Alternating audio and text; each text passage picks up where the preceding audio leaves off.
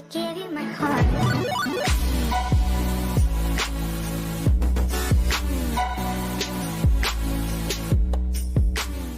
Did it, lame, did it.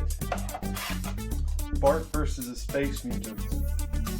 Speaking of lame games that just suck, The Simpsons has definitely had their fair share of crappy games like this gem. The Itchy and Scratchy game has to definitely be one of the worst Simpsons games ever made. It was developed by Bit Studios and published by Acclaim. It was released on Super Nintendo as well as the Game Gear. It was also meant to be released on the Mega Drive, but thankfully they dumped it like the steaming crap it is. It's not the worst game in the world, but it's definitely craptastic in its own right, so if you don't believe me, let's check it out. Each level is its own episode and boss battle. You play as Itchy, and your only goal is to kill Scratchy using a mallet or other various weapons that can be found throughout the level. And it's drawn out like one long one-on-one battle. Which leads to complete disappointment when you realize you can't select between the two characters. Your first episode is set in prehistoric times. If prehistoric times consisted of being surrounded by hundreds of tiny cats, or even little lava pits, if that makes any sense. And you definitely can't forget about the tiny volcanoes and the one dinosaur you're going to see in this game. They should have just called this Itchy Kills a Bunch of Tiny Cats, because that's what you're going to be spending most of your time doing, killing tiny cats to collect bones for the boss fight and trying not to die. You only have a short window to attack Scratchy. He rushes in, attacks you, and then quickly runs off screen. The mallet is pretty much useless. And if you have to hit him, you have to hit him dead center, or you completely miss. Finding other weapons is a must, or even getting to the highest point to force him out into the open long enough to hit him. The boss battles are a little underwhelming and not at all exciting, frustrating at best. Scratchy drives in on a prehistoric turtle. You have to throw bones at him until they finally explode.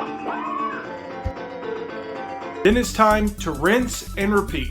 Apart from some sprite changes and subtle changes in the level design, at its core, every level basically plays the same.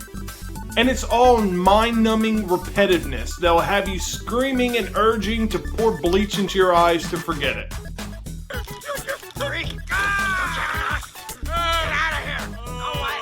And don't forget your friends too, because they'll thank you later.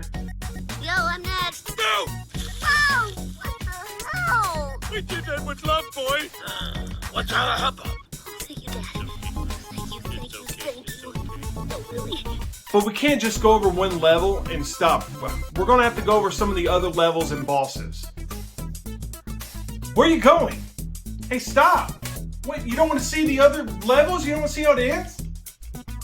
Well, too bad. We're in this together. Sit down. The next episode is set in medieval times, and you're exploring the castle, trying to kill Scratchy, and of course, looking out for falling hippopotamus. Like that makes sense. You get weapons upgrades here that are pretty neat, and of course, you're going to be farming for sugar cubes because that's your weapon for the boss in this episode.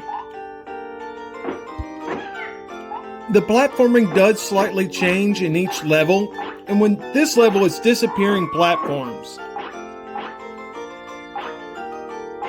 And I was able to find a run upgrade to help me speed through the levels. Thank God.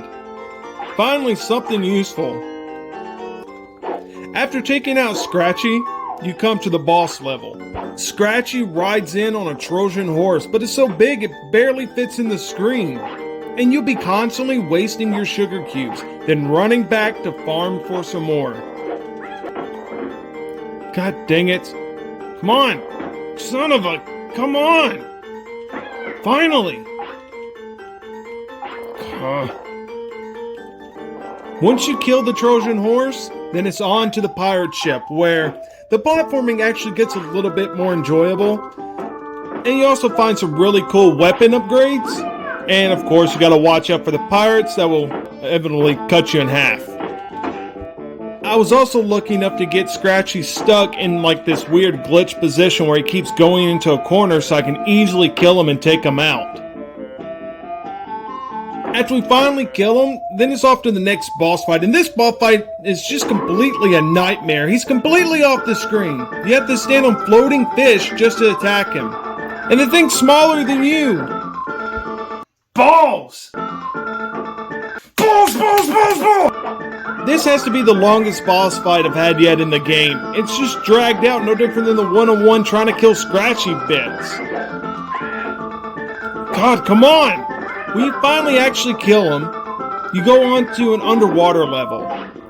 And this level's no different than the other ones. It's the same thing. It's just slow as hell. Which isn't actually a bad thing because Scratchy can't get away as easy.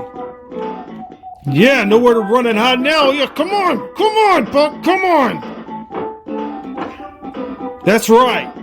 And when you finally kill him, you go to the easiest boss battle you'll have in this game.